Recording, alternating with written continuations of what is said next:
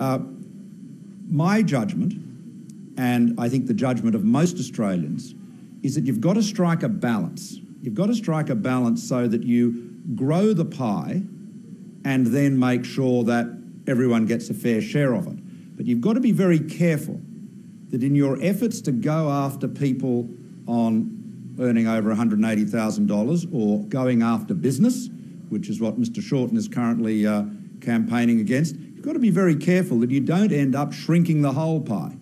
You see, the story of successful governments, and I count our government, our coalition government, as a successful one in this regard, is that you've got to grow the economy, because that then gives you the capacity to provide the incentives, to provide the opportunities, and you then can raise the taxes to pay for the Children's Cancer Institute's Zero Childhood Cancer program. Without those revenues, you can't do it. And you see, this is what Mr Shorten is doing. He is assuming, he's just taking the economy as an assumption. He just assumes that without any effort on his part, the economy will remain strong, that he will be able to levy higher taxes and there'll be no reaction. He has got this view that you can increase taxes on investment, you can increase taxes on income, you can refuse to give small and medium businesses a tax cut, let alone large ones, and that will have no effect.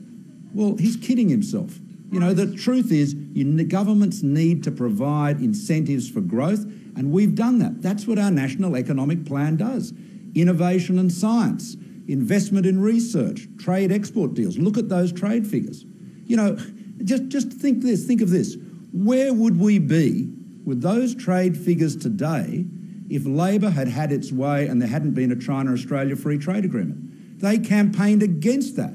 The unions ran a bitter television campaign against that. And it was only at the last minute that the Parliamentary Labor Party rolled over.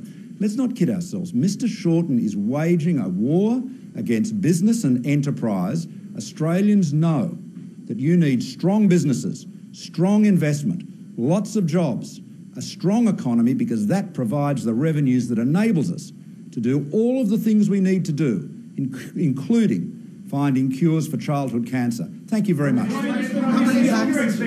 Okay, so that was live from Randwick in Sydney. The Prime Minister Malcolm Turnbull outlining money to go towards funding research into children's cancers and taking journalists' questions there at the major media conference for the day as well.